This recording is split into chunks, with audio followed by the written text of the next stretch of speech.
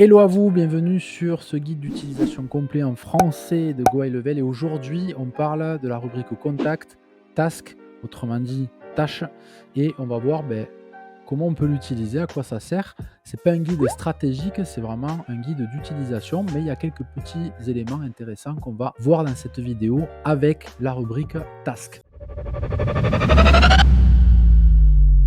Donc nous voici en partage d'écran sur la rubrique contact et la rubrique task et effectivement j'ai créé 3 tasks, on va dire, pour, la démonstration sur le compte démo. Donc effectivement sur cette fenêtre-là, vous allez pouvoir rechercher, les, tasks par name, donc les tâches par nom. Donc si vous êtes bien organisé quand vous attribuez une tâche à quelqu'un, c'est un moyen rapide et facile d'aller trouver certaines tâches. Alors, elles sont listées, de manière, verticale, hein, donc il y a pas, tout un système de dossiers, sous-dossiers, tableaux et cetera comme pourrait le faire Monday. C'est un peu moins, puissant, mais ça reste quand même puissant dans le sens où tout s'automatise avec le reste de Go High Level et donc on peut faire des trucs sympas. Donc vous pouvez quand même chercher, sur quel contact la tâche, a, besoin d'être appliquée pour, filtrer par exemple toutes les tâches qui concernent un de vos clients, qui a été assigné dessus. Donc vous pouvez également, filtrer grâce au checkbox, pour voir uniquement les tâches qui concernent certains membres de votre équipe.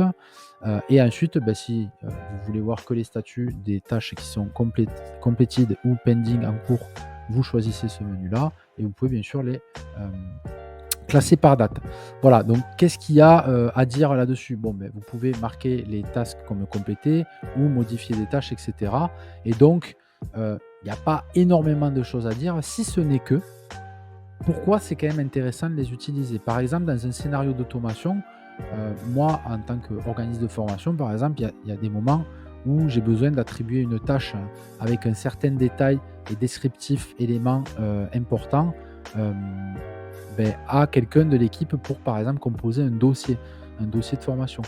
Donc si je prends l'exemple d'un coach sportif, hem ça peut être, un coach sportif qui a une certaine équipe peut, dans une automation ou de manière manuelle, créer une tâche avec un certain descriptif qui va, par exemple, prendre les pathologies de la personne. Donc on peut imaginer un scénario d'automation avec un bilan forme de coach sportif dans lequel la personne a coché telle ou telle ou telle pathologie et donc elle rentre dans une branche dans laquelle le contact va être assigné à un certain coach et on lui rajoute une task qui va lui préciser, voilà, tiens, je t'envoie ce contact qui a telle et telle pathologie. En variable, on met la liste des pathologies. Est-ce que tu peux me conseiller sur ça ou t'en occuper ou etc. C'est un exemple d'utilisation. Voilà, et j'ai besoin que tu me fasses un retour, par exemple, avant telle date. Voilà, donc c'est ce qu'on appelle la due date.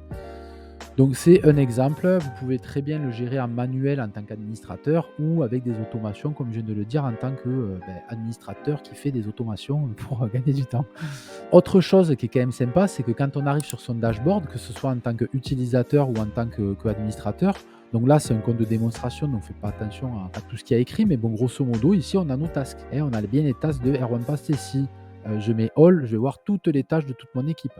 Ou je mets par exemple un nom d'utilisateur ou un closer que j'ai, je vais voir que ces tasks à lui. Et lui de son côté, en tant qu'utilisateur, il va voir que ses tâches à lui. Et attention, petit dernier truc sympa quand même, c'est que vous rappelez-vous, dans Go High Level, on a une application, hein, dans le Launchpad, vous pouvez télécharger une application mobile qui vient prendre les menus conversation, contact, calendrier, opportunité et également le menu task. Donc quand on attribue une task, une tâche à quelqu'un, il est notifié. Et ça, c'est cool parce que du coup, il reçoit une push notification de Lead Connector, l'application, qui lui dit tu dois faire une tâche.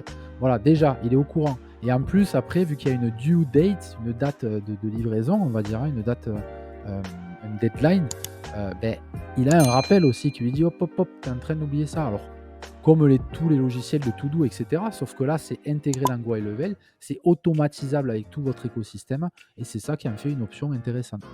Voilà, donc j'ai pas grand-chose de plus à dire. Je pense que j'ai déjà beaucoup parlé. Donc on va arrêter là pour cette vidéo. Je vous rappelle que c'est un guide complet de Go High Level, donc que vous soyez sur la plateforme de formation en tant qu'élève ou sur YouTube, vous avez toutes les vidéos de tous les menus qui traînent quelque part. Voilà. À la différence que ceux qui sont clients ou élèves, dans My Business, bon, ils ont accès à des classrooms et à des vidéos bonus et des vidéos spécifiques à leur métier avec des snapshots et cetera, très spécifiques. Bon, ben, on ne peut pas donner tout le temps à tout le monde. Donc, beh, si vous êtes intéressé, en tout cas, vous avez le groupe Facebook qui va être quelque part sur lequel vous venez poser vos questions et on cherche à créer une belle communauté française, sur différents corps de métier. Donc, beh, hésitez pas à y venir, il y aura pas de force de vente. Vous rejoignez le mouvement ou non, c'est votre choix.